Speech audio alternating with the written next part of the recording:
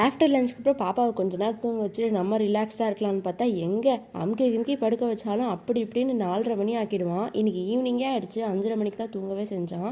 எப்படியோ அவனை தூங்க வச்சுட்டு ரிலாக்ஸ்டாக வெளியே வந்து பார்த்தா ஈவினிங் சன்லைட் வீடு ஃபுல்லாக ஜிகுன்னு இருந்துச்சு. ரொம்ப ஒரு மாதிரி ஹாப்பியாக ஒரு மாதிரி ரிலாக்ஸ்டாக ஃபீல் பண்ணேன். வெளியே போய் பார்த்தா அந்த லவ் பட்ஸ் எப்போ பார்த்தாலும் ரொமான்ஸ் பண்ணிகிட்டே தான் இருக்கும். பார்க்கும் போதே காண்டாக இருக்கும், எப்படா ஹஸ்பண்ட் வருவாங்க அப்படின்னு தோணிடும் அதை பார்க்கும் போதெல்லாம்.